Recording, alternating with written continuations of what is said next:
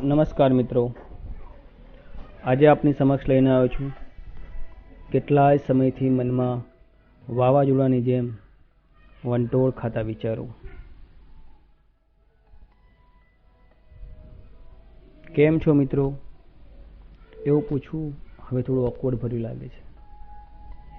મજામાં છો ને એવું પૂછવું મજાક ભર્યું લાગે છે.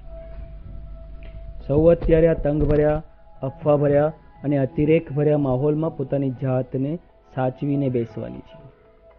આ લોકડાઉનના સમયમાં આપણો દિવસ ક્યાં જાય છે, શું કર્યું આપણે, અંતે ઊભો છે પ્રશ્નાર્થ ચિહ્ન.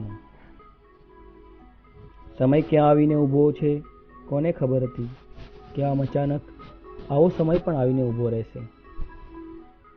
જે સમય શાળા, કોલેજો, પરીક્ષાના માહોલથી ટેવાયેલી હોય છે તે સમયમાં શાળા કોલેજોમાં સન્નાટો છવાઈ ગયો.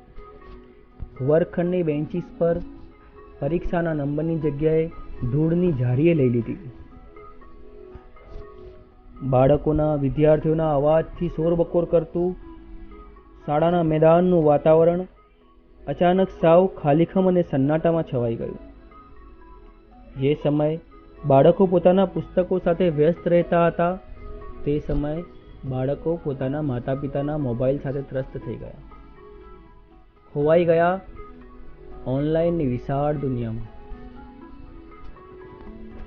બાળકોના હાથમાં બોલપેનની શાહીની જગ્યાએ સેનિટાઈઝર લઈ લીધું.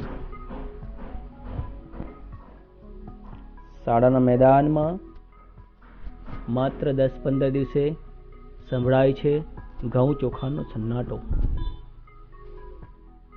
તો મિત્રો, બહુ વધુ સમય ના લેતા એક નાનકડો વિચાર આપની સામે પ્રગટ કર્યો છે.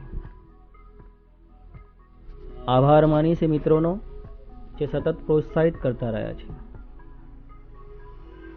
જેમણે સતત એવો અહેસાસ જગાડ્યો છે કે આપણે પણ કંઈક કરી શકીએ છીએ. આપણી અંદર પણ કંઈક છુપાયેલું છે, માત્ર ડર છે નિષ્ફળતાનો, ડર છે અસ્વીકારનો. એ મિત્રોનો આભાર